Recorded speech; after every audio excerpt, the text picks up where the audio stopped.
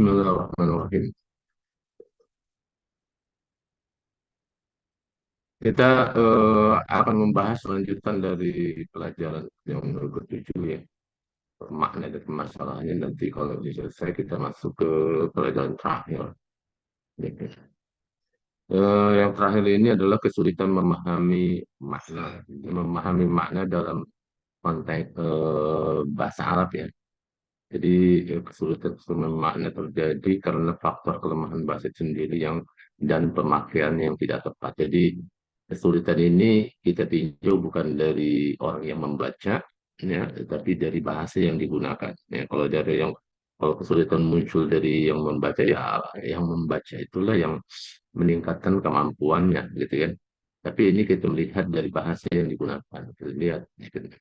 Yang pertama terjadi ambiguitas makna bahwa bahasa pada kata itu atau frasa dan kalimat itu disebut dengan ambigu, ya, ambiguitas ya. Contohnya seperti misalnya kata maktabah. Maktabah, maktabah ini kalau kita lihat maknanya itu bisa dari toko buku maupun perpustakaan. Jadi kalau misalnya Anda berbicara di konteks di rumah mau berangkat kemudian dikatakan adhabu ilal maktabah, itu ya orang masih bingung ya, kenapa di maktabah di sini masih bingung artinya eh, apakah tujuan anda ini ke perpustakaan atau toko buku gitu kalau anda ucapannya di rumah kondisinya situasinya gitu kan. Gitu kan, nah, gitu. Tapi kalau anda ucapkan misalnya di kampus gitu kan mau kemana, adhabu ilal maktabah, nah, itu orang juga udah langsung bisa memahami bahwa yang dimaksud itu adalah perpustakaan. Kenapa? Karena konteksnya di mana dia berbicara. Ya, jadi kalau dia berbicara di tengah jalan ataupun juga misalnya di rumah mau keluar, kemudian tanya, gitu kan. Nah ini masih ambigu nih, gitu. Ya, tapi kalau anda katakan asal kita fil maktabah, nah kata maktabah itu jadi jelas. Dari mana kita mengetahui maktabah ini jelas bermakna toko buku? Ya, itu tadi kalimat istara ini yang menunjukkan makna itu jelas. Ya, kata istara, itu kata istara. Ya gimana lagi kalau bukan membeli beli itu di toko buku gitu. Misalnya gitu juga misalnya asal kalau kita berfil maktabah gitu. Jadi dalam maktabah itu jelas maknanya perpustakaan. Dari mana kita tahu perpustakaan? Dari kata astalif gitu kan. Jadi dari kata-kata astalif ini ya itu menunjukkan kata maktabat jadi gitu. Jadi kalimat itu akan bermakna jelas kalau ada unsur bahasa yang menjelaskan lebih jelas gitu. Ya, ada unsur bahasa lain yang menentukan makna itu sebenarnya kemana arahnya gitu. Ya, kalau anda katakan ada habu itu masih masih sulit kalau konteksnya anda di rumah mau berangkat. Ya. Kemudian yang kedua, perbedaan bidang makna pada lafaz di dalam lingkungan, ya, bahasa yang berbeda-beda sehingga mengakibatkan ketidakjelasan makna seperti nasohat. Nah, ini juga ya. Jadi kalau kita lihat konteks situasi dan kondisinya, itu yang menyebabkan makna itu menjadi sulit juga dari pemakaian karena kata itu digunakan dalam konteks tertentu bermakna lain. Jadi sebesar misalnya bahasa Arab, nah, Mesir, Amir Mesir, maknanya adalah yang cerdas dan pintar gitu. Jadi bahasa Amir Syam maknanya adalah orang yang gemuk. Sementara bahasa standar Fusha itu adalah pemberi nasihat gitu. Jadi kata nasih ini ya itu berbeda-beda gitu. Nah ini kita lihat nih, makanya untuk menghilangkan ini konteksnya. Nanti di mana nih? Ini kalau Mesir yang cerdas apa maksudnya yang cerdas? Apalagi kalau dalam bentuk tulisan tuh. Jadi ketika dalam bentuk tulisan, ya orang harus melihat kalimat sebelumnya dan sesudahnya untuk memahami kata nasi ini apa, gitu kan? Ya, kan ya gitu. Kalau dalam konteks tuturan, dia bisa lihat di sini konteksnya dia berbicara apa atau dengan siapa, kan ya gitu. Di mana dia berbicara.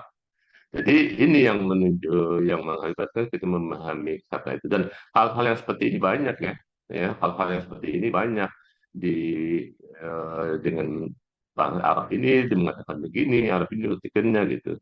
Kalau maknanya sama sih nggak jadi masalah, hanya berbeda lafaz. Gitu. Tapi yang jadi masalah nah, maknanya sama, lafaznya sama tapi berbeda makna ini yang jadi problema. Ya. Ini juga salah satu kesulitan kita dan ini juga bisa diatasi dengan konteks, ya harus kita pahami dengan konteks.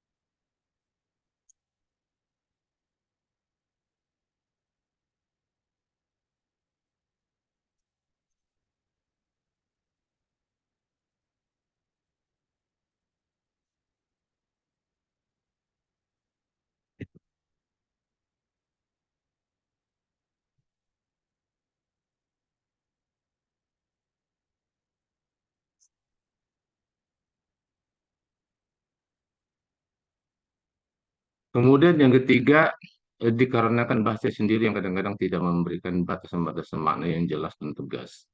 Dengan kata lain, kesulitan ini terletak pada arti yang tidak jelas dan tegas yang dikandung dalam kata-kata yang membangun, gitu kan? Nah, ini salah satu kalau dalam konteks filsafat, di dalam filsafat itu, ini yang disebut dengan bahwa bahasa itu berputar-putar, gitu kan? Di dalam memberikan sebuah definisi. Sini contohnya al-launul burtuqali, ini warna oranye, ya. Wa laun yatim min madadil launain al-ahmar wal asfar. Jadi warna oranye itu gabungan dari dua warna, ya, merah dan kuning. Kemudian al-launul burtuqi huwa bilaunil burtuqal. Nah, gitu juga.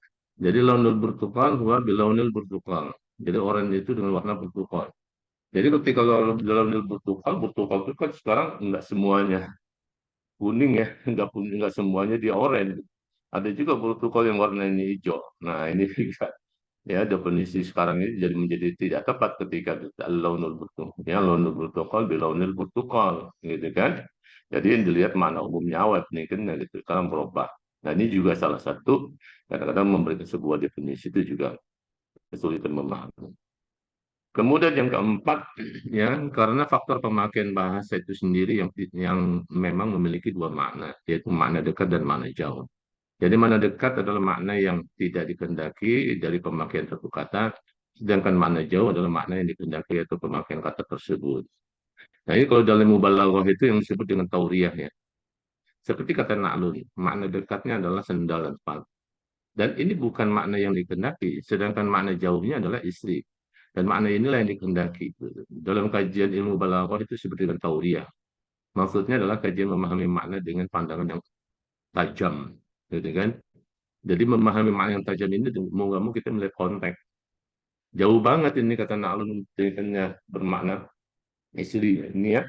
Nah, inilah makanya di dalam kajian balaghah itu ada kajian yang disebut dengan qauliyah karena banyak sekali khususnya syuara-syuara, penyair-penyair itu dia menggunakan kata-kata tapi yang dikehendaki dari kata itu adalah yang jauh, gitu. Ya, makna yang jauhnya gitu. Nah, makna yang jauhnya dilihat dari budaya nih. Ya, kalau kita tidak mengetahui budaya dalam tuturan dalam bahasa Arab, kita nggak tahu juga tuh makna nalur itu artinya istri. Sama saja bagi mereka yang tidak tahu bahwa Syamsun itu adalah gambaran untuk yang artinya Syamsun itu adalah sesuatu kata yang sering dipakai orang Arab, tapi untuk menunjukkan seseorang atau laki-laki yang ganteng, gitu. Ya, kata Syamsun gitu. Nah, itu juga kan ya, gitu. Dalam konteks. Nah, ataupun juga dalam konteks, ya, betul sih. Dilihat konteksnya juga kata Syamsun itu bisa jadi bersinar, gitu. Jadi ketika dalam suatu pertemuan kalau Anda datang Anda Syamsun, udah yang lainnya kawakibnya itu hilang, redup, gitu. Itu menunjukkan bahwa Anda lebih menonjol dari orang-orang, gitu. Dalam sebuah pertemuan, jadinya mereka adalah kawakib. Tapi ketika Anda datang Syamsun, semua kawakib itu menjadi redup, gitu. Artinya apa? Anda dalam pertemuan itu lebih menonjol daripada mereka, gitu. Kemudian yang tidak kalah penting juga di dalam ini terdapat di bahasa koran, ya, di bahasa koran.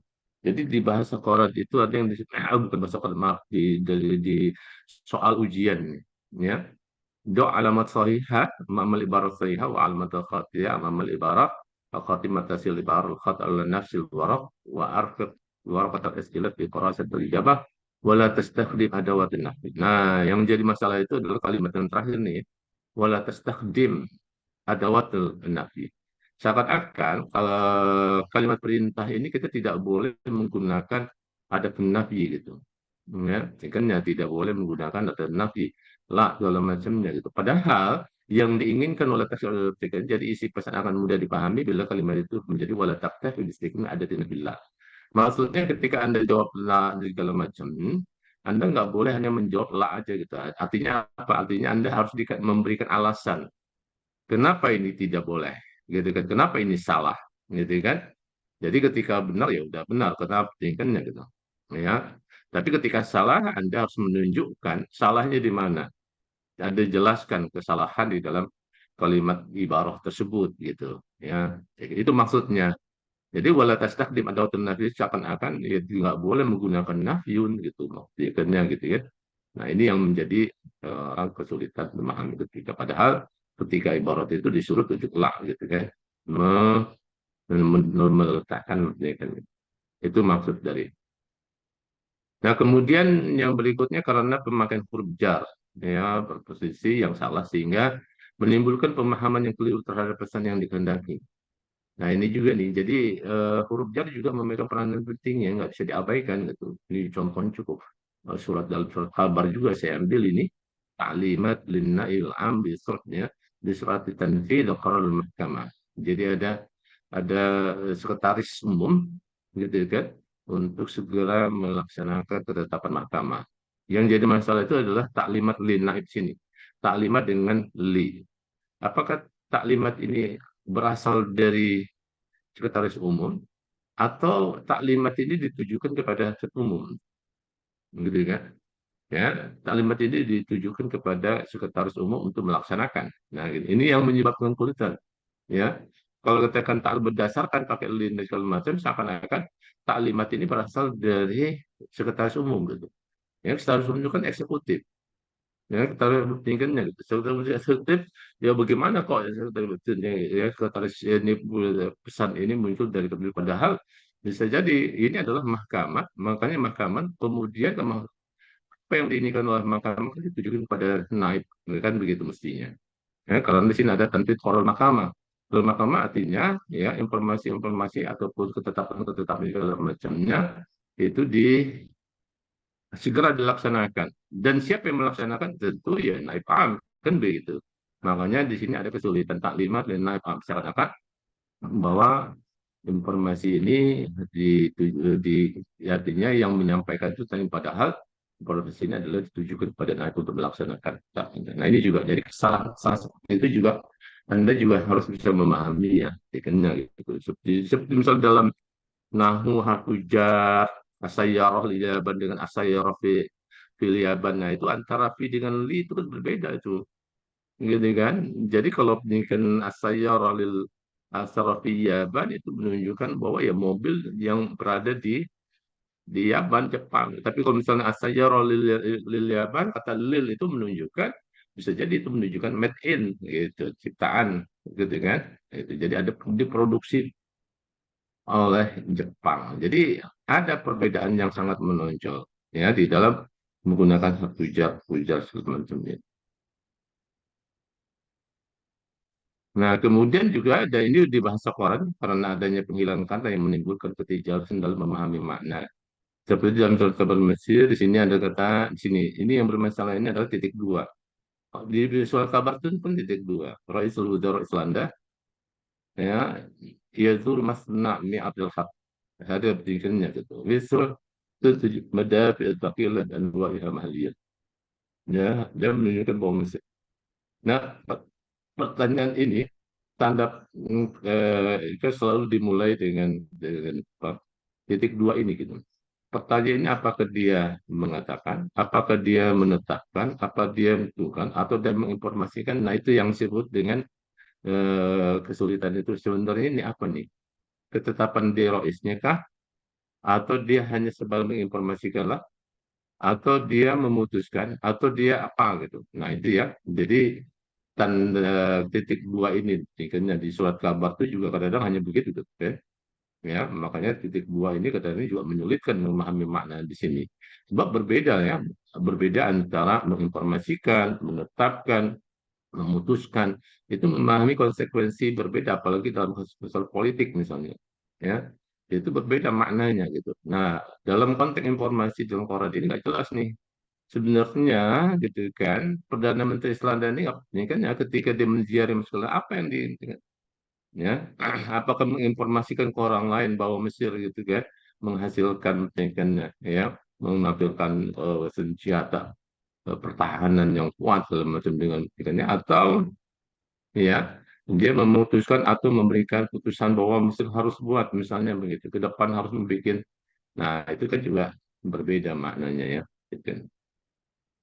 Nah jadi kesulitan-kesulitan di dalam memahami bahasa Arab itu seperti itu. Baik, silakan kalau masih ada yang ingin tanyakan.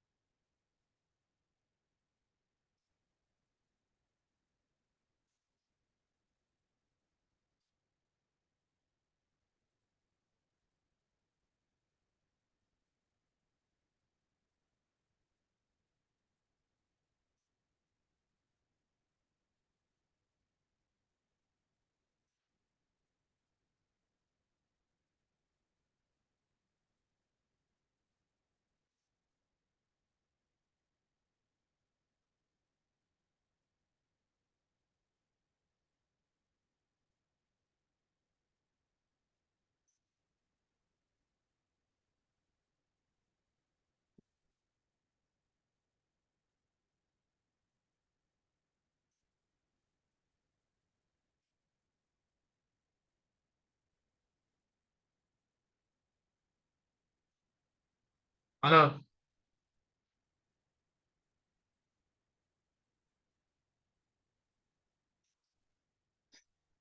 hmm, Afan Ustaz, sepertinya tidak ada Ustaz. Tidak ada.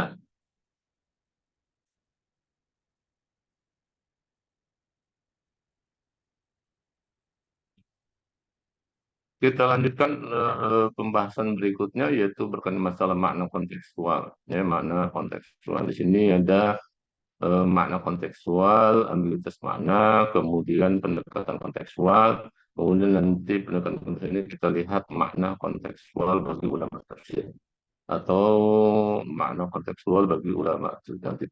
Mungkin ini juga tidak bisa selesai pada hari ini. Insya Allah di hari terakhir minggu depan yang kita membahas menjelaskan khususnya keempatnya kelima. Untuk yang sekarang ini untuk yang satu dua tiga yang ambigu. Minggu lalu kita sudah bicara masalah teori dan kontekstual, ya teori kontekstual yang mudahan masih diingat. Nah, sekarang kita bicara masalah makna kontekstual. Konteks maksudnya adalah lingkungan bahasa, situasi dan kondisi yang melindungi sebuah kata. Konteks ini akan menghasilkan pengertian kata, kalimat, dan wacana atau teks yang berbeda bila diletakkan dalam kontekstual yang berlainan. Ya. Pemahaman kata, kalimat, wacana, dan teks melalui kontekstual diperlukan ketajaman dan ketelitian dalam mengamati teks wacana. Sebab dengan memperhatikan kontekstual yang mengelilingi sebuah kata, kalimat, atau teks sangat membantu dalam menetapkan makna. Jadi kita harus melihat konteks ya. Kemarin kalau dalam kemarin teori kontekstual kan ada konteks bahasa, ada konteks situasi dan kondisi, konteks budaya, konteks biologis. Nah, itu ya. Jadi itu semua diperhatikan konteks bahasa yang mengelilingi dia gitu kan. Mereka kan butuh contoh-contohnya tuh. Ya, contoh-contoh kata Jamilah ketika diletakkan dalam konteks bahasa yang berbeda, kata Jamilah itu menunjukkan makna yang berbeda. Kemudian kata akala, kemudian ketika akala itu dirangkai dengan kata yang berbeda, itu juga menunjukkan makna yang berbeda gitu kan. Jadi itu jadi kita harus melihat konteks gitu kan. Kemudian juga seperti misalnya mana kita lihat situasi dan kondisinya. Kita perlu melihat situasi dan kondisi. Ya, seperti contoh yang minggu lalu bahwa maling diamankan polisi, para demonstran diaman polisi, kata diaman itu menunjukkan mana apa. Nah, itu kita nggak bisa jangan melihat hanya sebatas tekstual saja. Apakah ada kontekstualnya? Ya kita paham cara jadi makna kontekstual itulah yang harus kita pahami gitu. Ya. Jadi tidak serta-merta Anda hanya sebatas memahami tekstualnya gitu. Ya, padahal di situ ada kontekstualnya. Nah, ini yang penting. Jadi kalau Anda memahami sebatas tekstual, padahal kalimat itu ada kontekstualnya, Anda bisa memahami kesalahan, Anda bisa terjadi kesalahannya gitu. Ya, terjadi kesalahan di dalam memahami kontekstualnya, cekennya gitu. Jadi di dalam kontekstual ini kan juga dalam konteks khususnya berkaitan dengan masalah eh, memahami ayat ya gitu. Nah, di dalam memahami ayat juga kan nanti ada konteks situasi dan kondisi, ada konteks bahasa gitu ya. Ya kan, nah, itu juga harus diperhatikan. Jadi situasi dan kondisi juga harus dilihat. Situasi dan kondisinya itu bukan hanya situasi dan kondisi kekinian, bisa saja kita lihat wacananya apa nih, oh kalimatnya ini, kita lihat situasi dan kondisinya gitu. Seperti misalnya dulu pernah saya kata sampaikan ashabul fil, kata fil. Ya, apakah fil itu hakikat atau majazi gitu kan? Jadi bagi kemarin saya sebutkan bahwa kata fil itu di mereka ada sekelompok orang yang memahami bahwa asabil fil itu adalah majazi gitu. Ya, kemudian logikanya gimana? Logikanya melihat situasi kekinian itu juga nggak benar ya. Jadi kalau kita maksudnya apa ya? Dia hanya melihat sebatas di Mesir atau di Saudi Arabia. Mana ada di Saudi Arabia itu gajah? Nggak ada gajah, gitu kan? Jadi hanya sebatas melihat begitu saja keadaan kekiniannya. Kemudian langsung dia menetapkan pil itu adalah majadi. Nah, ini juga satu hal yang sikap tidak benar, sikap yang tidak benar. Padahal peristiwa Ashabul itu bukan Ashabul yang bukan situasinya bukan kini. Dulu di zaman dulu gitu loh. Nah, jadi situasi dan kondisi kita lihat kejadian di zaman dulu. Artinya apa? Artinya kita lihat sejarah gitu. Kita lihat sejarahnya. Jadi situasi dan kondisinya itu kita lihat situasi dan kondisi sejarah ketika Abraha itu ada, ketika Abraha itu meninggalkannya. Dari situ nanti kita lihat apakah yang dibawa Abraha itu adalah majazi atau hakiki gitu. Nanti dari situ kita bisa memahami dengan benar gitu. Jadi kalau ayat itu dipahami ya, kekinian segala macamnya ya kan ya akan terjadi sebuah kesalahan gitu. Jadi situasi dan kondisinya itu memang kita bisa lihat ya situasi dan kondisi kekinian atau situasi dan keadaan atau juga situasi kemudian masa lampau ketika peristiwa itu terjadi gitu. Dari situlah nanti kita bisa membuat pendapat yang bijak, yang benar, sesuai dengan logika yang sehat. Kalau tidak akan terjadi kesalahan. Dan kalau kesalahan itu Anda paparkan, berarti menyesatkan orang lain. Kalau untuk dirinya sendiri ya biar aja dia yang sesat. Tapi masalahnya dia sesat tapi ingin orang lain juga sesat. Ini yang jadi masalah. Jadi dia disebut dengan sesat dan menyesatkan. Kalau sesat sendiri sih ya akibat salah sendiri gitu kan. Tapi yang jadi masalah dia sesat tapi menyesatkan orang lain. Menyesatkan orang apa? Ya itu tadi dia menyampaikan kesalahan kesesatan itu kepada orang lain sehingga menyebabkan orang lain juga ikut-ikut sesat gitu. Ya. Jadi seperti itu. Jadi kalau di dalam nanti kajian Al-Qur'an itu yang disebut dengan situasi dan kondisi juga bisa yang disebut dengan asbabun nuzul gitu. Ada nggak asbabun nuzulnya? Gitu. Kalau tidak ada asbabun kita juga melihat aspek konteks tadi. Selain asbabun nuzul, mungkin kita lihat konteks situasi dan kondisinya gitu. Ya, asbabul fil itu kan nggak ada asbabun nuzul, asbabun nuzul beda lagi segala macamnya. Tapi kita lihat peristiwa. Oleh karena itu apa? Ya kita harus tahu sejarah.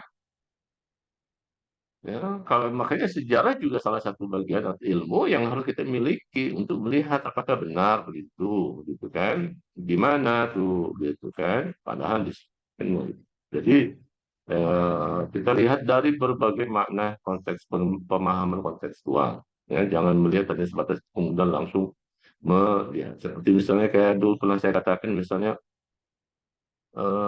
Abdul Somad ketika mengatakan catur itu haram. Oh, langsung banyak yang marah begini. Jangan marah dulu, lihat dulu konteksnya gitu. Maksudnya konteks apa? Ya konteks jangan hanya kalimat itu aja yang Anda pahami, yang Anda dengar gitu kan. Dilihat dong, diingat dong, setel ulang. Ya, kalimat sebelumnya ngapain gitu kan?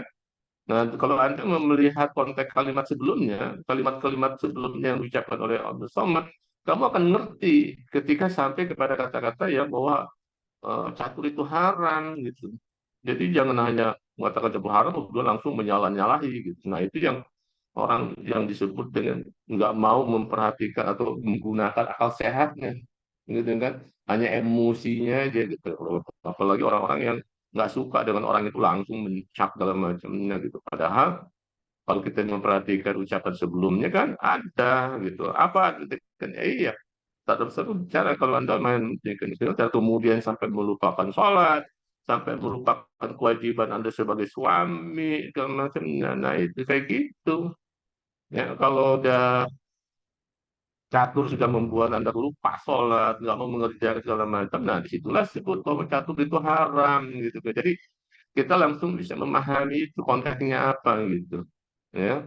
Jadi yang disebut dengan haram itu kenapa gitu. Jadi ada alasan-alasan bahwa itu kan haram. Tapi kalau selama Anda main catur, kemudian ketika sholat berhenti sholat, nanti habis sholat main lagi, ataupun juga sholat, kemudian Anda cari nafkah, nanti ketika sholat cari nafkah luas, kemudian waktu luang Anda main, ya itu nggak jadi masalah gitu. Ya. Jadi ini penting sekali nih pemahaman konteks. Ya, tidak bisa Anda berhentikan sembarangan. Nah, seperti ini misalnya ya kan. Ya, jadi makna kalimat yang benar tidak semata-mata karena kaidah gramatikanya benar, gitu kan. Tetapi perlu dilihat dari konteks kalimatnya seperti apa, gitu ya. Nanu nadhabil jamaah tidak sesuai dengan budaya penutur seperti ungkapan ini contoh-contoh lain nih, ya. Ketika nahnu nadhabu ini kan apa yang disebut dengan tidak sesuai dengan budaya penuturnya seperti kan ya. Ini penggunaan kata nahnu untuk satu orang. Nah, ini juga harus tahu konteks budaya orang Arab nggak pernah mengatakan saya itu dengan pakai nahnu, selalu ana gitu. Jadi kalau Anda untuk satu orang, tapi Anda menggunakan kata nahnu, berarti Anda takzim, mengagungkan diri sendiri. Nggak boleh demikian gitu. Dari mana orang budaya segala macam ini kalian terbentuk dari bahasa Al-Quran. Yang dapat mengagungkan diri sendiri itu hanya Allah. Makanya Allah itu ada kadang menggunakan kata nahnu. nahnu pendidikannya tadi juga pakai tu gitu kan, saya. Tapi manusia nggak bisa Anda buat pakai nahnu untuk satu orang itu. Itu lainnya mengagungkan diri sendiri. Nah itu suatu hal yang tidak benar sesuai. Jadi Anda harus memahami. Jadi kalau Anda bicara dengan orang orang Arab, kemudian kalau Anda secara sendirian, jangan pakai nahnu. Anda bisa disalahkan dengan itu. Ya. Anda bisa tegur pendidikannya, la tu'adzim nafsak, jangan mengagungkan diri kamu sendiri. Wallahu ahaq wa yu'adzim nafsahu. Allah lah yang berhak mengagungkan dirinya sendiri. Anda kan begitu kan. Ya, kalau Anda berbicara dengan orang Arab, untuk secara pribadi Anda sendirian, tetapi Anda menggunakan domir nahnu, ya, itu tidak sesuai dengan budaya mereka, ya, yang tidak boleh sombong. Tidak sesuai dengan logika yang benar. Nah, ini karena amburadul nih, ya, oral kita mu'aliyah ini kan juga nggak benar. Ya, secara logika sehat. Jadi secara logika kita langsung bisa memahami bagaimana tuh kok kita membaca Ali kan begitu. Ya gitu. Kalaupun memang mau didahulukan ya bisa secara logika gitu. Kalau Alkitab aliyun gitu kan mau diletakkan atau apa gitu. Kemudian tidak sesuai dengan situasi dan kondisi nyata seperti arus air mata kan. Ya, ya maksudnya situasi sudah tidak nyata segala macam. Iya, orang bagaimana Anda mengatakan arus air mata sementara kamu itu tidak ada air matanya gitu kan. Gitu. Jadi seakan-akan dimungkinkan gitu ya. Nah ini juga harus diperhatikan. Kan kita lihat ambigu. Nah, ini ambigu ada berapa ya? Ada ambigu itu kepada mana? Ya, alamat ambigu kepada kata, ada ambigu kepada frasa, ada ambigu pada kalimat. Ya, jadi masuk kepada kata, pada frasa, kepada kalimat, ikannya, gitu ya. Seperti misalnya ambigu leksikal. Ya, jadi berdasarkan pada kesamaan kata dalam beda maknanya, yaitu kata sinun, ya. Kata kata sinun. Sinun itu usia dan gigi. Ya, jadi ketika berikan sinun ya bingung, nah, apa yang maksud dengan sinun artinya apa? Gitu kan. Ya, kita masih bingung nih, yang dimaksud dengan sinun ini apa? Usia atau gigi? Gitu. Jadi bagaimana cara mengatasi ambiguitas makna dalam leksikal ini? Ya, diletakkan dalam kalimat. Gitu. Jadi kalau masih hanya kata-kata aja, karena kata itu kan ada dia polisemi. Gitu. Satu kata memiliki banyak arti. Ini masalahnya. Jadi fenomena bahasa satu kata memiliki banyak arti itu yang menyebabkan ambiguitasnya, ya terjadi ambigu gitu. Bagaimana cara menghilangkan ambiguitas maknanya? Ya dengan meletakkan kata itu di dalam kalimat gitu. Jadi kalau Anda katakan sini marit, langsung paham itu. Nggak ada ambigu lagi di situ. Ya, sini marit gitu. Mana kata yang menunjukkan kejelasan itu marit, kata marit itu. Ya, Maret itu nggak mungkin dipahami usia, bagaimana usia sakit kan gitu. Pasti gigi gitu otomatis. Jadi argumentasi logika sehatnya itu benar gitu. Sini seru nasanatan, nah itu juga jelas. Ya, jadi dengan meletakkan kata itu di dalam kalimat, makna ya rancunya sudah hilang langsung. Tidak ada lagi ambigu di situ. Ya, tidak lagi ada ambigu di situ. Ya, pernah saya katakan bahwa ada kakak kelas kamu itu ingin meneliti ambiguitas makna di dalam, dia dibilang ambiguitas makna dalam majalah Alu Indonesia. Jadi ada majalah Alu Indonesia itu berbahasa Arab diterbitkan di Jakarta, Alu Indonesia. Kemudian dia ingin meneliti itu ambiguitas makna gitu. Dia itu sampai cari 3 bulan itu nggak ketemu gitu. Datang ke saya, kok saya nggak menemukan ya ambiguitas makna dalam, ya jelas lah anda pasti nggak tidak akan menemukan. Kenapa? Ya karena semua kata di dalam majalah itu sudah diletakkan di dalam kalimat. Yang disebut dengan ambigu itu kalau belum diletakkan. Gitu. Jadi kata yang sudah diletakkan dalam sebuah kalimat itu tidak ada lagi ambigu gitu. Perbedaannya bagaimana makna yang sebenarnya kita lihat konteks tadi nanti gitu. Ya, konteksnya apa dulu? Konteks kalimatnya seperti apa? Ya baru nanti gitu. Jadi di samping konteks kata juga macam, tapi juga kadang-kadang kita lihat konteks situasi dan kondisi seperti apa kata itu. Ya, gitu. Seperti tadi kayak kata alfil dipahami hakiki, gitu. Nah itu juga mungkinnya gitu. Ya, bagaimana cara menghilangkan ya, tadi konteks situasi dan kondisi pada saat Abraha itu zaman itu gitu ya, bukan dilihat zaman sekarang gitu. Kemudian ambiguitas frasa. Di sini berdasarkan pada perbedaan penafsiran terhadap hubungan kata dengan kata lain. Biasa Anda $1 khidmatun tulabiyah, baik mudhof ilaih maupun sifat mausuf. Baik mudhof ilaih dalam bahasa Arab ini dia mempunyai dua makna memang. Ketika dikatakan musa'adatul daulah, pemahamannya itu apakah daulah itu objek atau subjek gitu. Apakah daulah itu menjadi fa'il atau maf'ul bih. Nah, di sini nggak jelas.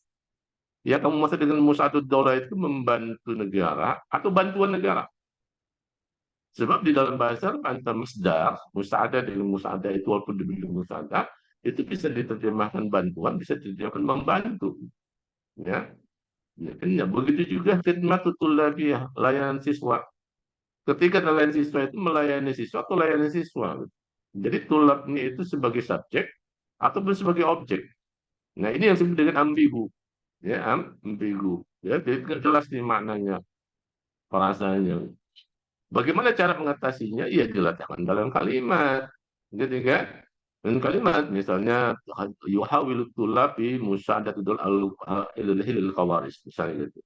Gitu kan? Jadi pentingkan yuhawilul tulab, jadi siswa itu berusaha tapi musa'adatul al-hilal qawaris. Dia membantu negara dalam mengatasi bencana gitu. Oh, berarti kata daulah itu jadi objek, maf'ul bih gitu kan? Atau misalnya yana tulab musa'adatul daulah. Ya, yana tulab musa'adatul daulah. Berarti kalau yana tulab musa'adatul daulah berarti daulah itu menjadi fa'il. Kenapa? Karena siswa menerima bantuan negara. Jadi negara yang membantu siswa kan begitu.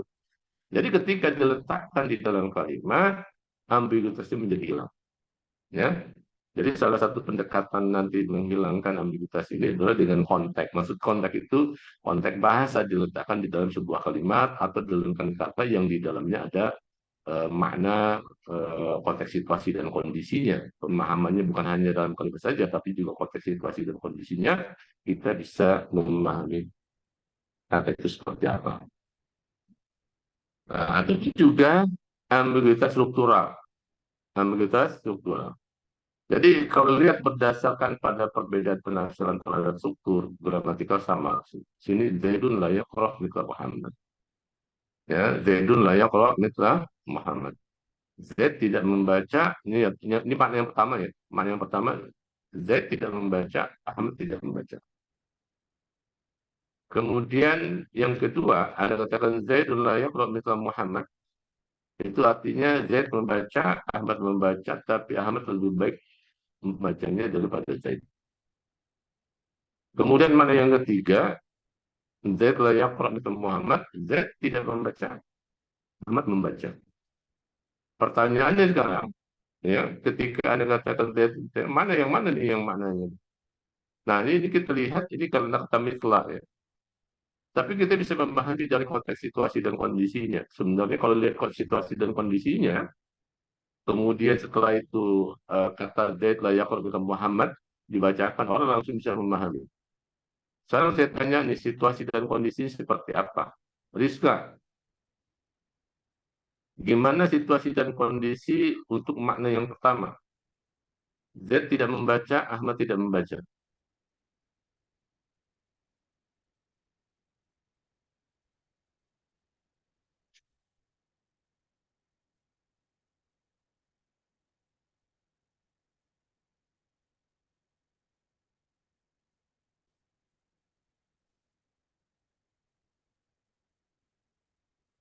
Ya,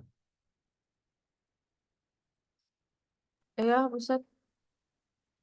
lihat bagaimana kondisi situasinya gimana tuh. Yang Z tidak membaca, Ahmad tidak membaca.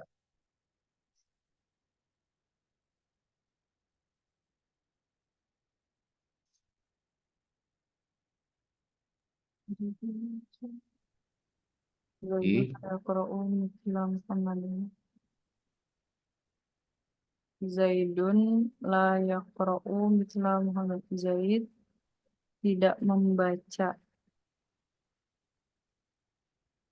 Ahmad tidak membaca juga. Zaid tidak Gimana situasi membaca. dan kondisinya gimana untuk mendapatkan makna itu? Situasi dan kondisinya Anda melihat seperti apa?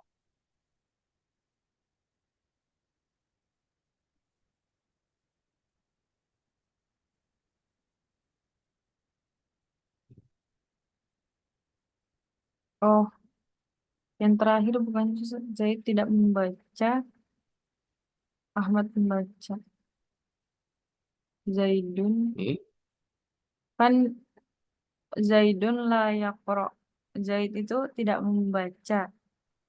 Mithlu Muhammad seperti Muhammad.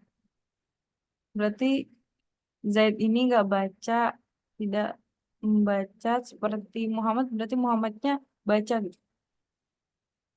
Situasinya seperti apa? Kalau Anda memahami maknanya, ya, dari setiap makna ini ada situasi dan kondisinya, supaya kita bisa memahami bahwa oh, kalau situasi begini, maknanya begini.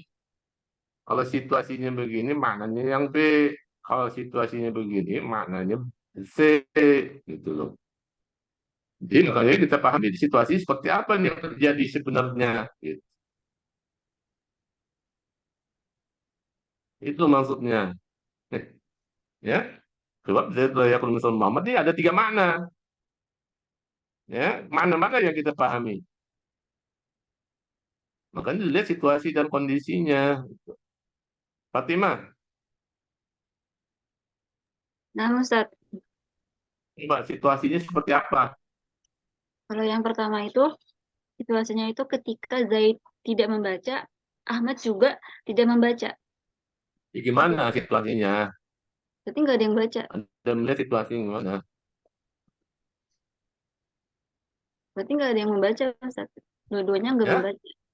iya gimana lihat ya. Ketika Anda waktu tidak membaca kan kamu nggak bisa lakukan gitu. Gimana situasi bahwa Anda bisa memahami makna yang pertama tadi? Berarti keduanya diam. Ini diam dalam konteks apa? Diam kenapa? Diam tidak membaca. Dari mana pentingnya? Kan yang lain juga diam. Kalau Anda lihat, misalnya di kelas ini,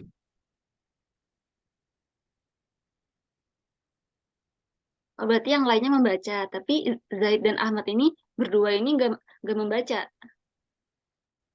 ya, Misalnya di kelas berarti anak-anak yang lain itu membaca, cuman dua orang ini doang yang nggak baca. ya itu bisa melihat. Ya, kalau Anda itu Anda mengamati. Sekarang kalau kalau misalnya Anda berbicara di depan siswa, gimana kalau Anda ngomong?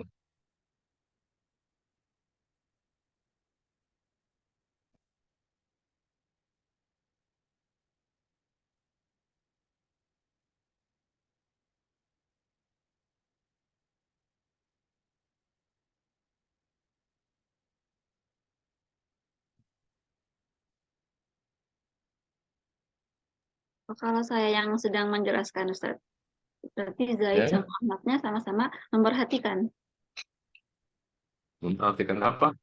memperhatikan pelajaran. Ya. Terus ketika dia memperhatikan pelajaran, terus dari mana kamu mengatakan bahwa kemudian ada orang yang mengatakan Zaid la yaqra mithla Muhammad.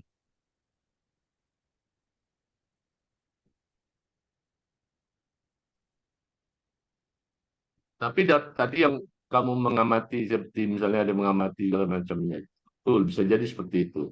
Tapi kalau dalam konteks komunikasi, Anda tidak mengamati, tapi dalam konteks misalnya dosen pendidikannya misalnya atau guru misalnya, apa yang ditanyakan oleh guru? Pertanyaan, Ustaz. Mm-mm. Tapi keduanya itu nggak bisa jawab, soalnya mereka nggak baca. Gitu, Ustaz. Ya, nggak bisa jawab. Semuanya memang nggak bisa jawab semuanya. Enggak, dua orang aja, Zaid dan Ahmad. Ya, terus seperti apa memangnya pertanyaannya? Itu nanti kembali ke situ lagi. Pertanyaan itu seperti apa kok sampai dia nggak bisa jawab sama sekali. Sementara yang lain, nah, berarti bodoh ini orang dong. Ya, dua orang ini. Sementara mahasiswa itu bisa jawab. Apakah itu yang Anda inginkan? Maknanya. Nah, jadi ada benar mengamati dengan itu. Jadi kita lihat di sini, bisa lihat dari sebuah dialog, misalnya dengan dosen itu bertanya dengan katakan Man lam yaqra. Anda katakan man lam yaqra. Begitu kan? Nah, kemudian siapa yang angkat tangan? Yang angkat tangan itu Zaid dengan Muhammad. Gitu kan? Kemudian baru muncul kata-kata Zaid la yaqra mithla Muhammad. Gitu. Ya. Sebab ketika ditanya man lam yaqra, yang angkat tangan itu cuma berdua ini aja gitu. Langsung kita bisa melihat bahwa ini Zaid la yaqra mithla Muhammad. Tapi kalau yang kedua, gimana kondisi kondisi makna yang kedua? Zaid membaca, Ahmad membaca, kemudian langsung kita bisa memahami bahwa Ahmad bacaannya lebih baik daripada Zaid misalnya. Bagaimana situasi dan kondisi ini? Ya, misalnya tulisannya ya Zaid ikra, gitu kan? Baca. Muhammad ikra, baca. Kemudian langsung katakan Zaid la yaqra mithla Muhammad. Nah, itu baru kita paham bahwa maknanya adalah ya Ahmad lebih baik bacaannya daripada Zaid. Gitu. Kenapa? Karena kedua-duanya disuruh baca. Gitu. Sementara yang ketiga tadi sama dengan yang di atas yang pertama. Ketika tekan malam yakro, gitu kan? Nah itu ya. Yang angkat tangan Zaid, tinggal ya Zaid aja, yang lainnya diam nggak angkat tangan.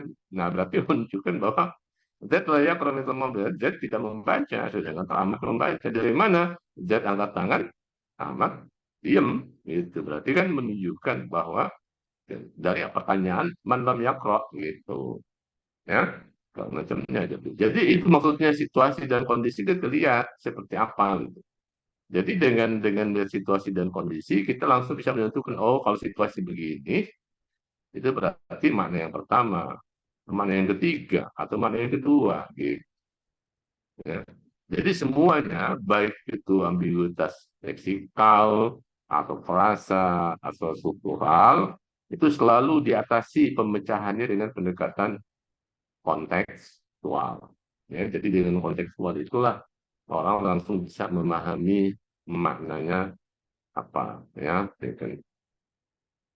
Ya, jadi di sini jadi gejala ambiguitas menjadi masalah ketika ingin memahami makna sebuah kalimat atau teks karena kita dibuat bingung dalam menentukan makna yang tepat.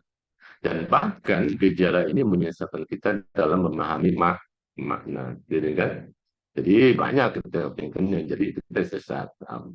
Bagaimana pemecahannya? Ya, pemecahan ambiguitas ini adalah dengan memperhatikan kontekstual kebahasaannya. Apa maksud kontekstual bahasanya? Bisa konteks bahasa, konteks situasi dan kondisi, atau kontekstual antar teks gitu. Jadi kita lihat antar teks, situasi dan kondisinya seperti apa. Nanti dari situ kita bisa memahami. Jadi ini yang harus kita lakukan. Maka dari itu apalagi di dalam kajian dalam kajian atau dalam memahami makna ayat ya. Dalam memahami makna ayat itu salah satunya yang disebut konteks itu adalah asbabun nuzul. Jadi kalau Anda tidak mau melihat asbabun nuzulnya seperti apa, Anda akan terjebak dalam kesalahan. Gitu, ya, baik konteks bahasa. Saya sudah banyak memberikan contoh-contoh dalam Al-Quran seperti apa. Ya, jadi makna konteks, makna yang didasarkan pada konteks bahasa yaitu hubungan semua unsur bahasa yang mengelilingi kata dan kalimat. Begitu pula bersandar pada konteks hal keadaan, yaitu situasi dan kondisi yang mengelilinginya. Ya, yang kemarin mikirnya gitu kan ada konteks disebut konteks situasi dan kondisi, konteks fenomena ataupun juga komunitas tertentu, ya ya ada kata kemarin kan contohnya jadrun, ya jadrun akar gitu kan. Jadi kata jadrun itu bermakna ada untuk memahami kita lihat dia di dalam konteks siapa yang ngomongnya ahli dan bidang apa nih gitu kan. Ya, kalau bidang pertanian yang lain lagi maknanya dengan bahasa dengan apa matematika gitu ya gitu. Jadi harus dilihat ya gitu. Nah ini contoh tingkatnya ya dalam kata taulid ya anda di sini. inna taulid min ahami awamilun numu lughawi. Nah, taulid di sini. Nah, berarti taulid di sini ada di sini aham awamil an-numu al-lughawi. Ada numu lughawi, perkembangan bahasa. Oh, berarti kata taulid ini berkaitan dengan masalah konteks bahasa nih. Apa maksud taulid? Yaitu tadi mustaqat. Artinya kita dari satu kata kita bisa membuat berbagai macam bentuk kata dari kata yang sama, dari akar kata yang sama. Itu disebut dengan taulid. Anda tahu taulid. Tapi beda nih, inna taulid min mahamil insaniyati sa'bah. Ya, fungsi manusia yang susah. Nah, dalam konteks apa nih taulid? Nah, taulid di sini berarti konteksnya adalah melahirkan. Kenapa? Karena nggak gampang untuk melahirkan anak. Kemudian ada inna taulid yu'ad aham awamil istimrarin tayyar. Nah, gitu kan? Nah, lain lagi taulid nih. Ya, taulid ini adalah penting awamil ada faktor istimrar tayyar. Istimrar itu harus layar, harus listrik berjalan ini kena gitu. Nah, itu lain lagi jadinya. Ya, hubungan antara dalam konteks perlistrikan gitu. Jadi ada beda. Ya, jadi kata-kata. Maka di sini kita lihat dulu. Ya, makanya tadi kata taulid. Ya, kalau hanya baru taulid kita nggak tahu artinya apa. Nanti baru ketika diletakkan, oh kita ngerti, oh ini maksudnya dalam konteks bahasa. Oh ini dalam bidang bahasa, ini dalam bidang kelahiran, ini dalam bidang kelistrikan gitu. Ya, ini contoh, tapi banyak sih contoh-contoh lain yang berkaitan masalah ambiguitas kalau kamu tidak menemukannya itu ya. Yang sudah saya jelaskan dalam Al-Quran, yang idrib ya soal hajar, kata aso gitu kan, idrib ya soal hajar, mungkin pukul batu itu dengan tongkatmu. Nah, kata tongkat di situ dipahami ya sekelompok orang dalam jamaah. Logikanya mana itu biasa belajar jamaah fajr 12 ya mata air gitu kan. Jadi dipahami jamaah karena apa? Karena logika dia melihat logika kekinian gitu. Logika kekinian apa? Ya orang untuk mendapatkan mata air ya gali sama-sama kan gitu. Jadi dia membayangkan dulu Nabi Isa karena ada 12 kelompok Bani Israel dibagi begitu. Jadi mereka itu disuruh untuk ya berjamaah dengan menggali tanah gitu. Nah, jadi seakan-akan begitu nanti kalau Anda memahami itu jamaah gitu. Seakan-akan padahal ceritanya nggak begitu. Ya, sejarahnya tidak begitu, tidak mengatakan begitu gitu. Jadi sejarahnya memang Nabi Musa emang memukul batu itu dengan tongkatnya gitu. Gimana kok bisa dibilang jamaah? Ya kan? Nah, jadi itu dilihat situasi dan kondisinya jadi seperti apa. Jadi pembahasan kontekstual ini sangat penting sekali ya. Dalam kajian makna, menurut pendekatan kontekstual, teori kontekstual sangat penting sekali. Kuat berpendapat bahwa makna kata tidak akan terungkap kecuali melalui peletakannya di dalam konteks-konteks yang beda ini. Ya, jadi menurut pendukung yang kontekstual, maknanya sini makna kata tidak akan terungkap, gitu kan? Kecuali melalui peletakan di dalam konteks teori. Jadi ketika kata itu sudah diletakkan dalam konteks yang berbeda, seperti kayak di sini nih, ada 3 konteks yang berbeda, baru kata taul itu kita bisa memahami itu maksudnya gitu. Ya, sama dengan kata akala. Kalau akala itu macamnya masih akala itu macam bingung, kan ya gitu. Tapi ketika disanding dengan kata lain, baru kita bisa paham mana akala itu apa maksudnya gitu. Jadi mereka yang mendukung pendekatan ini mengkaji kata-kata melalui analisis kontekstualnya atau mengikuti pembagian dalam bahasa. Jadi pemahaman sebuah kata, kalimat, wacana atau teks dengan pendekatan tersebut dapat membantu pemahaman yang tepat, ya, membantu makna. Jadi pendekatan kontekstual ini telah mendapat perhatian oleh para ulama Muslim, khususnya ulama tafsir dan ulama usul fikih dalam memahami makna ayat Al-Quran baik di masa lalu maupun di masa sekarang, gitu kan? Jadi ini juga dengan jadi ulama-ulama tafsir dulu atau ulama-ulama usul fikih yang konteksnya dalam mengambil hukum dari ayat Al-Quran itu memahami kontekstual gitu. Walaupun ada tekstual dan kontekstual itu juga penting. Gitu. Jadi jangan dan saya katakan bahwa kontekstual ini harus dipahami secara luas ya. Pemahaman kontekstual itu Anda harus dipahami secara luas ya. Walaupun di situ misalnya ada asbabun nuzul ya, ketika ayat itu ada asbabun nuzul kita langsung bisa memahami gitu. Tapi ketika ayat tidak ada asbabun nuzul, kita masih tetap bisa melihat kontekstual apa konteks situasi dan kondisi, konteks bahasa, konteks budaya, konteks macamnya gitu ya. Jadi dari situ nanti kita bisa memahami dengan benar, kita bisa memahami ayat ini, jadi tidak sesat dan menyesatkan, gitu kan? Salah satu chicken dan sini. Habis ini ada yang ingin bertanya tidak?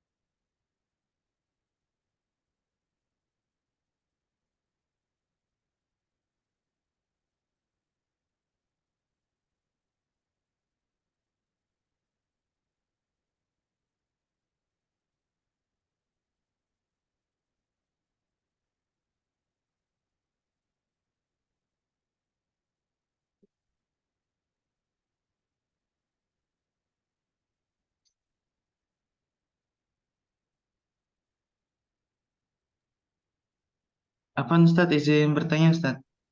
Ya, silakan. Ingin tanya. Afwan Ustadz, izin bertanya ya.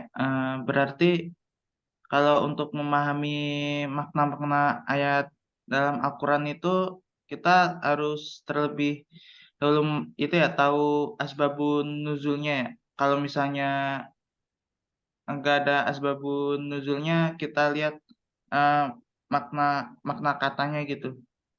Gitu ya Ustaz. Ada katanya konteks konteks bahasanya, konteks konteks bahasa. Jadi kalau tidak ada sebab nuzulnya, itu lihat konteks bahasanya. Maksud konteks bahasa itu eh, dilihat bagaimana kalimatnya, bagaimana kata itu diletakkan pada ayat lain, gitu maksudnya. Ya, jadi seperti itu. Seperti misal yang tadi saya katakan idribi aswakal hajar, ya, pukul batu itu dengan tongkatmu gitu. Nah, ini kan ada sekelompok orang yang memahami kata aso itu jamaah gitu. Jadi ketika Nabi Musa diperintahkan untuk memukul tongkat itu batu itu dengan tongkatnya, akibatnya apa? Akibatnya kan terpancar 12 fanfajarat minhu isnata asyrata ainan. Akan terpencarlah 12 mata air. Kenapa kok seperti menurut mata air? Karena Bani Israel, ya Bani Israel yang mengikut Nabi Musa pada saat itu dibagi menjadi 12 kelompok. Ada 12 kelompok ditempatkan di sini, sini, jadi tempat dia ada 12 kelompok. Gitu kan? Kemudian Nabi Musa diperintahkan untuk memukul untuk memukul batu dengan tongkatnya. Ketika batu itu dipukul, itu di tempat-tempat mereka terpancar mata air. Jadi di sini terpancar mata air, nanti di kelompok 2 sampai semua ke-12 contohnya di tempatnya itu terpancar mata air. Nah, yang jadi masalah ada kelompok ya, yang mengatakan bahwa makna tongkat itu dibilang jamaah. Artinya, ya, ketika Allah memberitakan untuk memukul tongkat itu dipahami tidak hakiki. Tidak hakiki. Tidak hakiki itu maksudnya apa? Maksudnya Nabi Musa memerintahkan kepada 12 kelompok itu untuk menggali tanah sampai keluar mata air gitu. Itu dari pemahaman kalau dia memahami kata jamaah gitu. Padahal makna sebenarnya tidak seperti itu gitu. Ya. Dari mana kita tidak memahami seperti itu? Kita lihat kata aso, ya. Kata aso itu pada teks ayat lain. Ternyata di ayat lain ada juga bahasa yang menunjukkan ada tongkat. Pertama, ketika Nabi Musa pergi ke atas gunung. Ya, kemudian ketika tiba di atas gunung, Allah bertanya kepada Musa, "Madza biyaminika ya Musa?" Apa yang ada di tangan kamu? Anda lihat sini. Allah bertanya, apa jawab Musa? Innahu asoya. Ini tongkatku. Mengatakan tongkat.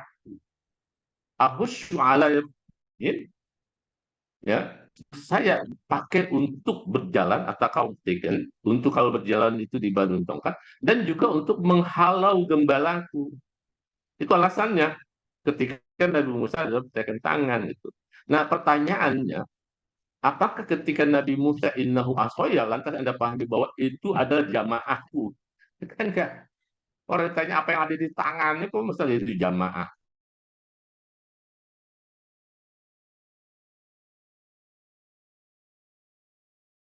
Memukul laut merah, ya, dipukul-pukul tuh laut merah, dipukul itu macam air terbelah tuh laut. Apakah laut merah itu kemudian aso itu dibilang jamaah? Gitu kan? Bagaimana jamaah membelah lautan? Kan begitu. Itu artinya apa? Artinya menunjukkan kata aso itu adalah bagian dari mukjizat Nabi Musa yang diberikan oleh Allah Subhanahu wa taala. Dan ternyata terbukti rupanya kelompok yang mengatakan aso itu dipahami jamaah, ternyata mereka punya pandangan ya tidak percaya terhadap mukjizat Nabi Musa. Gitu kan. Dan ketika dia mengatakan jamaah, dia hanya melihat ayat tadi dari berdasarkan hanya melihat ayat itu aja. Dia tidak mau dengan melihat ayat lain. Nggak mau tuh dilihat ayat lain yang artinya mada biamini kayak Musa gitu. Dia nggak mau lihat kan. Makanya dia nggak urus kalau terjadi dialog itu akan ditanya tuh, bagaimana pendapat kamu kalau begini, gitu kan? Sama tuh dengan kelompok yang mengatakan begini, bahwa Al-Quran dia mengatakan begini, bahwa Quran itu adalah makhluk. Ya, Quran itu bukan firman Allah, tapi dikatakan makhluk, begitu kan? Lantas ketika dia mengatakan begitu, ada orang yang bertanya, bagaimana pendapat kamu yang mengatakan wa kalallahu Musa takliman? Wa kalallahu Musa takliman. Ada kata takliman itu maf'ul mutlak, kita benar menegaskan bahwa Allah itu artinya. Kalau saya, kami katanya, ya kalau melihat ayat itu saya membacanya begini, wa kalallahu. Jadi kata Allah itu yang tadinya hu dirobah sama dia menjadi hak maf'ul bih. Artinya apa maf'ul bih? Artinya yang berbicara itu adalah Musa, bukan Allah gitu loh. Jadi dia sampai sedemikian lupa untuk mendukung pendapat dia yang salah itu. Jadi karena dia sudah berpendapat seperti itu, bagaimana cara untuk menunjukkan bahwa pendapat dia benar sampai merubah bacaan ayat gitu loh. Gitu. Sampai berubah bacaan wakal hak Musa. Jadi hak Allah, Allah itu menjadi maf'ul. Jadi Musa yang berkata-kata kepada Allah, ya mungkin ya bukan Allah yang berkata-kata pada Musa gitu. Nah itulah kelompok-kelompok yang kadang-kadang memahami ayatnya itu setengah, mereka tidak mau macam dan bahkan sampai menyebutkan kata-kata yang seperti itu gitu loh. Ya, jadi itulah yang makanya kita juga harus membaca, memahami dengan benar bagaimana cara memahami ilmunya seperti apa, ilmu-ilmu apa saja yang harus kita pahami di dalam Al-Quran, dan ada metodologinya seperti apa yang harus kita perhatikan sehingga kita tidak salah memahami ayat, gitu kan? Sehingga tidak tersesat. Yang jadi masalah itu mereka udah berpendapat sesat, tapi itu disebarluaskan ke semua orang gitu. Sehingga akhirnya apa? Menyesatkan orang lain yang tidak tahu masalah, yang tidak tahu sejarah, yang tidak tahu apa macamnya gitu. Ya, jadi yang tidak tahu sejarah termakan tas. Apalagi dengan pemahaman yang simpel sejarah tadi, seperti tadi misalnya Ashabul Fil tadi, ya Ashabul Fil dia melihat hanya kekinian. Jadi kalau orang yang nggak panjang atau tidak tahu sejarahnya dianggap benar aja tuh, iya ya. Terlihat tuh ada gajah tuh di Saudi Arabia, di mana gajah gitu. Dia nggak ngerti gajah itu dari mana, sejarah dulu Abraha dapat gajahnya dari mana, dia nggak ngerti tuh. Padahal kalau lihat dari sejarah kita tahu gitu bahwa Yaman pada saat itu di bawah kekuasaannya di bawah Habasyah. Raja Habasyah. Ya, bagaimana kok sampai Yaman itu menjadi wilayah, menjadi kekuasaan Habasyah? Nah, itu kamu tahu ceritanya. Ceritanya itu dimulai dari Ashabul Ukhdud. Ya, Ashabul Ukhdud, ada raja di situ, ada Dunnuwas gitu. Jadi Raja Dunnuwas ini orang Yahudi, itu berada di Yaman yang disebut dengan Najran, di Merchant ya, itu Merchant kan, Najran ya. Najran itu di Son'a segala macam itu. Raja ini nggak suka dengan orang-orang Nasrani gitu. Dan mereka itu bikinnya mau mengusir, mau segala macamnya gitu.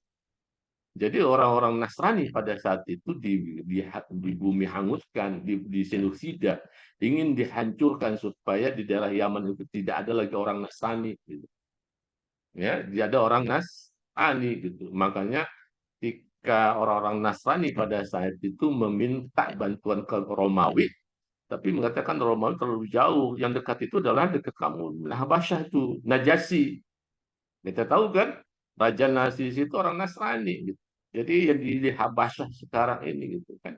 Akhirnya Raja Najasyi itu membantu orang-orang Nasrani yang ada di Najran gitu kan, di Yaman. Di situ terjadilah sebuah peperangan Raja Najasyi dengan raja namanya yaitu Dunnuwas. Akhirnya Dunnuwas kalah, kuasai segala macamnya gitu kan. Nah, kemudian disitulah sudah tunduk di bawah Habasyah gitu. Nah, disitulah mulai gubernur Yaman pada saat itu dipegang oleh Abraha. Nah, Abraha dengki, dia sudah dikanya dia Nasrani itu, Abraha itu Nasrani gitu, ingin mengembalikan ya kejayaan Nasrani di situ Yaman begitu kan. Tapi dia melihat ini ada orang-orang Arab nggak mau datang ke Yaman, mau datang ke Mekah gitu. Bagaimana mendatang ke Mekah macam? Iya, karena orang Arab dia akhirnya apa? Akhirnya berusaha Abraha membangun gereja yang disebut dengan Haikal gitu tingkatnya, untuk begitu biar seindah mungkin dia membangun. Nah, ketika membangun itu karena di bawah Habasyi segala macam, bantuan apa? Bantuan berupa gajah dari Afrika. Habasyi itu kan ada di Afrika. Dan kita kenal sampai sekarang Afrika itu dominan dengan gajah kan gitu. Ya, jadi dapat bantuan dari Afrika. Raja Habasyah pada saat itu, Raja Najasyi yang ada di Habasyah saat itu, ya membeli bantuan untuk biar Abraha itu bisa membangun tempat peribadahan Nasrani begitu indah segala macamnya. Ternyata ketika sudah dibangun, tetap aja nih orang Arab nggak mau datang ke Yaman, gitu. Kenapa kebijakannya? Ya salah satunya ini kalau gitu pusatnya ini harus dihancurkan. Nah gitu ceritanya kan gitu. Ya, dihancurkan apa sehingga mereka lah membuat rencana untuk dan menghancurkan. Salah satu yang dibawa itu adalah gajah itu. Jadi gajah itu real gitu. Secara logika kalau ada yang mengatakan itu majazi, lantas apa yang dibawa majazi? Abraha pada saat itu, ya, yang segede gajah. Apa yang dibawa alatnya segala macamnya. Coba pada zaman itu, bukan zaman sekarang. Kalau zaman sekarang mungkin tank segala macamnya gitu. Pada saat itu belum ada tank. Teknologi pada zaman itu hanya bisa besi itu masih bisa hanya buat membuat pedang, topi perang, baju zirah itu disebut dengan zirah gitu, baju untuk dalam peperangan hanya sebatas itu. Dia belum bisa membuat jangankan untuk tank, mobil aja juga belum bisa membuat, gitu kan. Apa motor aja juga belum bisa membuat dalam macamnya teknologi. Kan? Jadi itu maksud saya gitu, gitu. Jadi ketika kita memahami konteks, ya kita lihat sejarah. Kalau memang kalau lihat sejarah segala macamnya, maka dari itu kita perlu melihat sejarah, ya, itu penting. Ya. Jadi Anda juga harus bisa mempelajari sejarah-sejarah umat terdahulu. Al-Quran itu sudah memberikan informasi, ya umat-umat tahu. Cuma memang kita dukung dengan untuk memahami Al-Quran lebih jauh. Kita lihat buku-buku sejarah yang menulis, ya peristiwa-peristiwa zaman-zaman lalu itu sampai ada, sudah banyak yang mencatat sejarah seperti itu. Gitu. Tapi itu pun juga Anda membacanya jangan dari satu referensi, harus dari beberapa referensi biar lebih komprehensif dan Anda bisa membandingkan, gitu kan? Dan Anda juga bisa melihat ini yang nulis siapa dulu, gitu. Jadi yang nulis itu siapa dulu, gitu kan? Ya kan, gitu. Nah, ada yang menarik buku Salahuddin Al-Ayyubi, ya penelitiannya dan buku itu cukup besar, gitu ada berapa senti sampai PK, dan dia mendapat Nobel, Nobel, Nobel Raja Faisal segala macamnya gitu. Di mana penarikan dia menulis Raja Pernikahannya Nasi, dia mengambil sumber-sumber dari Islam. Jadi sumber-sumber yang ditulis oleh orang-orang Barat dia nggak mau ambil. Nah, di situ itu unik gitu. Jadi benar-benar sumber-sumber dari Islam aja yang dalam konteks mendapatkan cerita yang sebenarnya ya, berkaitan dengan Salahuddin Al-Ayyubi itu seperti apa. Ya, orang Islam itu menggambarkan Salahuddin seperti apa. Bagaimana kejadian ketika terjadi perang salib. Ya, dari yang awal segala macamnya. Itu dia mengambil dari referensi-referensi tulisan-tulisan dari orang Islam. Dia tidak mau mengambil referensi yang ditulis oleh orang Barat. Kenapa di orang Barat? Karena orang Barat bermakna bisa jadi lain. Contoh lainnya begini misalnya. Contoh lainnya begini. Seperti misalnya di Penogoro. Di Penogoro. Kalau Anda memperhatikan, kan ada pelukis tuh. Pertama pelukis orang Barat, saya nggak tahu pelukis ini namanya siapa, tapi kalau ada pelukis Indonesia yang bernama Raden Saleh, yang sekarang menjadi nama majalah di Raden Saleh dekat Senen sana. Dia seorang pelukis. Dia juga melukis peristiwa di Penogoro ketika ditangkap. Orang Belanda pun juga pelukisnya juga sama. Dia melukis tentang Pangeran Diponegoro yang ketika ditangkap. Itu berbeda, gitu kan? Jadi kalau orang Belanda lukisannya itu menunjukkan Diponegoro itu lemes, kayak tunduk, segala macam, nggak kena begitu. Tetapi kalau Raden Saleh menggambarkan Diponegoro itu, ya kan, palanya diangkat segala macamnya, dia segala macam tetap kayak melawan segala macam seperti itu. Jadi gambaran-gambaran seperti itulah yang kena gitu. Dalam tulisan begitu juga. Itu dalam teks gambar itu. Jadi kalau Anda membandingkan ya gimana peristiwa terjadi segala macam itu pada gambar gitu. Gambar dari orang Belandanya yang naik kuda, kemudian di Penogoronya sikap Penogoro, wajah mukanya, palanya segala macamnya itu berbeda, itu menunjukkan hal yang beda gitu loh ya.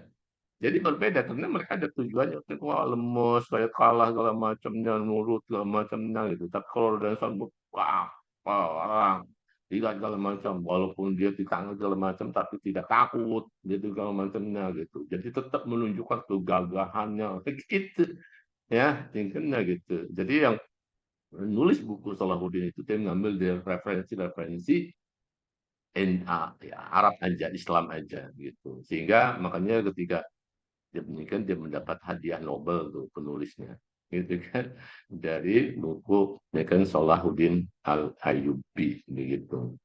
Jadi kita bisa ya kalau dalam konteks kita membaca boleh kita membaca dari buku di situ ada referensi dalam nggak apa-apa. Anda juga nggak jadi masalah Anda membaca buku yang dikarang oleh orang-orang Barat, orientalis misalnya. Nggak jadi masalah itu untuk menambah wawasan kultur, tapi Anda harus ingat ya, ingatnya gitu.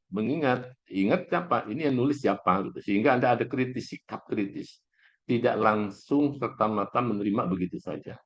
Tapi bagiannya makanya katakan Anda sering saya katakan mata undur makola wala tantun mankola. Lihat apa yang katakan dan jangan melihat orang yang mata. Ingat kata-kata ini khusus untuk sebuah nasihat.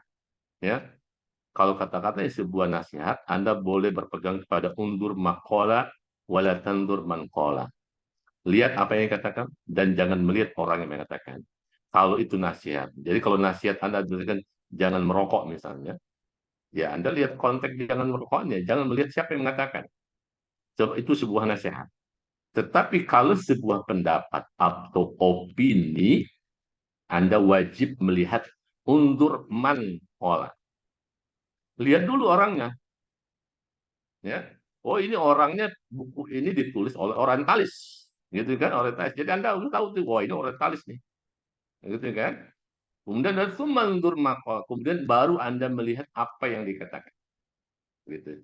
Sama-sama dilihat orangnya siapa, kemudian undur maqal, kemudian Anda lihat apa yang dikatakan. Sehingga ketika kita melihat apa yang dikatakan, kita tahu nih, ini adalah omongan orientalis. Nah, kalau ada hal-hal yang tidak masuk akal, yang tidak logis, banyak sekali, ya banyak sekali kata-kata yang tidak logis. Anda bisa bayangkan semua. Misalnya ada cerita Abu Hanifah mengatakan begini, begini, begini. Nah, kadang-kadang kita berpikir, masa sih Abu Hanifah yang begitu ulama masih Nah, itu jadi kita bisa melihat ada pendapat-pendapat yang sikapnya menjelekkan Abu Hanifah, mengatakan begini, begitu segala macamnya begitu. Itu bisa jadi hoak, bisa jadi dia memang mengatakan segala macam untuk menjelekkan, ya seakan sama saja dengan orang yang mengatakan misalnya sabda Abu Hurairah, gitu kan.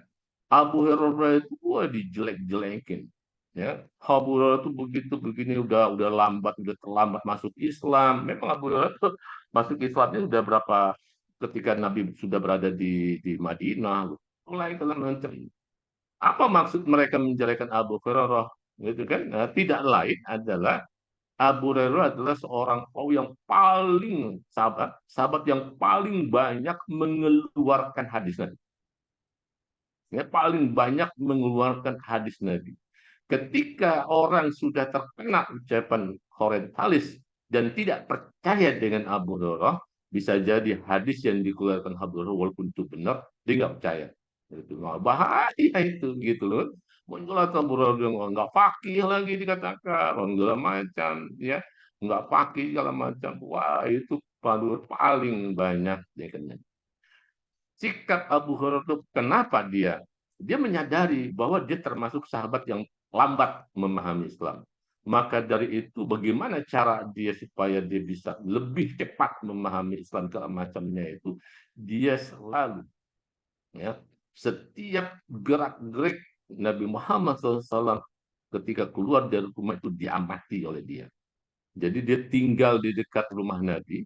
Setiap Nabi masuk ke rumah di segala macam, ya karena kalau di dalam rumah mungkin dia bertanya dengan orang yang ada di rumah gitu. Tapi diikuti dia setiap hari, setiap hari. Karena apa? Karena beliau setiap hari kemudian datang ketika bertanya di masjid, ikut pengajian Nabi Muhammad SAW, kemudian itu dicatat segala macamnya. Itu di tiap hari-hari diikuti. Kenapa dia bilang begitu?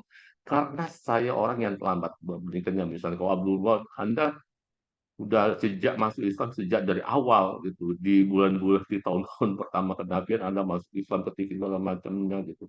Saya ini masuk Islamnya sudah tahun keberapa di Madinah segala macam, sehingga saya ingin mengejar ketinggalan saya di dalam Quran gitu. Caranya bagaimana begitu? Anda bisa bayangkan sehingga banyak sekali karena dia mengamati termasuk juga masalah kucing tadi gitu.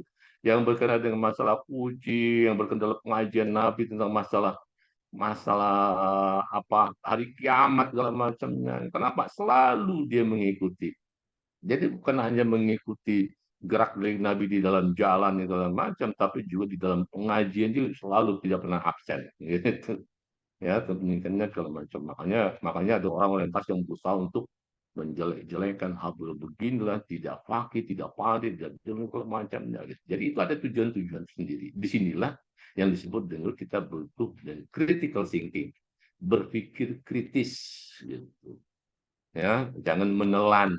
Gitu. Kita pahami, kita dengan logika yang sehat dan segala macam. Tapi kalau kita misalnya baca buku, kemudian kita lihat siapa nih, oh ya penulisnya benar-benar orang yang mukhlis, ulama-ulama Islam yang mukhlis gitu kan, tidak ada kondisi mata-mata karena Allah Subhanahu wa taala. Nah, gitu tidak ragu tuh gitu. Ketika kita membaca segala macam, dia pasti tidak mau menyelewengkan, ya, tidak mau mengungkapkan pendapat yang nyeleneh gitu kan. Tapi kena begitu. Karena dia orang muslim dan itu banyak sekali ulama-ulama ya. Jadi intinya kita bisa membaca dari beberapa referensi, walaupun kita baca referensi di karang orang barat boleh-boleh saja sekarang ini untuk memberikan wawasan luas dan bisa membandingkan antara satu dengan yang lain. gitu kan. Secondnya gitu.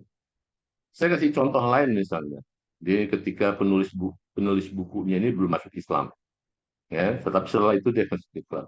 Anda pernah baca buku Quran, Bible dan Sains, Quran, Bible dan ilmu pengetahuan, itu pun juga sudah diterjemahkan ke dalam bahasa Indonesia. Ya, kalau Anda membaca dengan kritis, di situ Anda bisa menemukannya apa? Menemukan ketika berbicara masalah Al-Quran, dia benar mengakui bahwa itu Al-Quran itu kitab yang nggak ada salahnya, sesuai dengan ilmu pengetahuan, tidak ada yang kontradiksi. Ketika dia masuk berkenaan masalah Bible, dia menjelaskan bagaimana penulisan Bible yang begitu sudah masuk tangan-tangan manusia, ya, dari Bible yang pertama,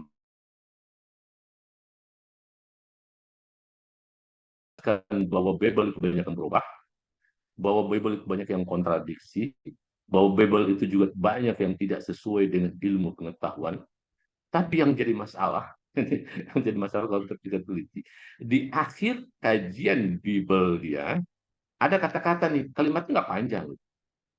Ya, kalimat apa itu kan?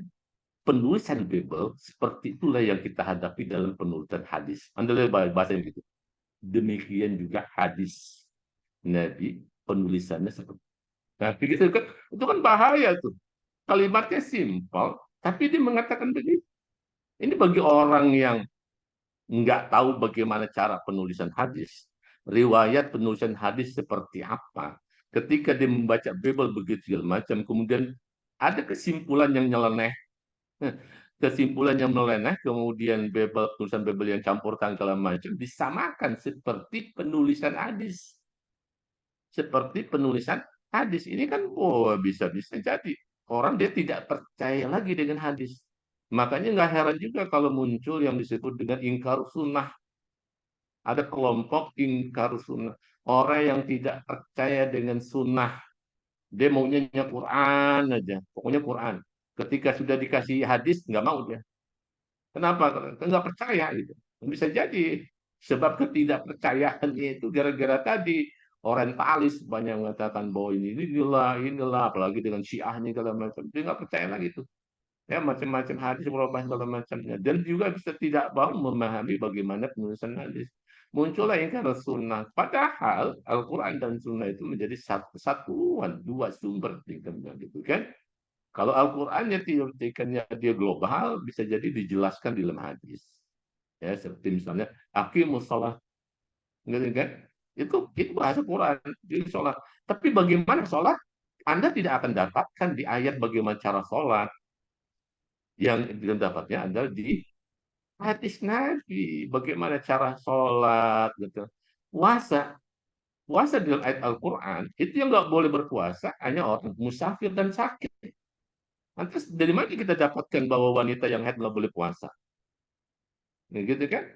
Jadi kalau hanya berdasarkan Al-Quran aja, langsung dia mendapat bahwa wanita yang haid juga boleh berpuasa. Kalau mana bukti ayat Al-Quran? Ya memang nggak ada Al-Quran segala macam.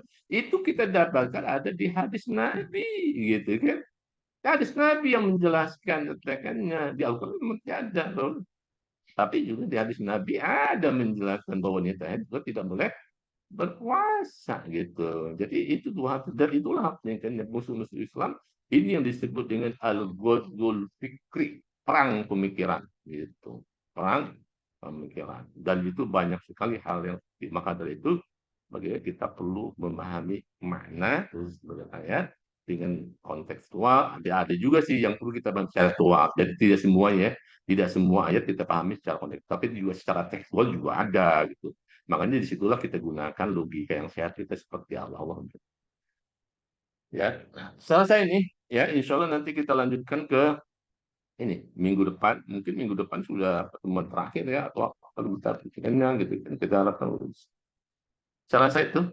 Ya, insya Allah kita lanjutkan lagi atau kita minggu depan untuk mengakhiri menyelesaikan sikap ulama tafsir dan juga sikap ulama usul fikih, ya, bagaimana makna kontekstual diaplikasikan di dalam pemahaman tafsir, ya kan. Saya rasa itu ya, kan. Baik, ini waktu juga saya masih di rumah pengen ke kampus, kita tutup membaca alhamdulillah. Alhamdulillah. Baik, saya mohon diri. Assalamualaikum. Waalaikumsalam. Syukran, Ustaz.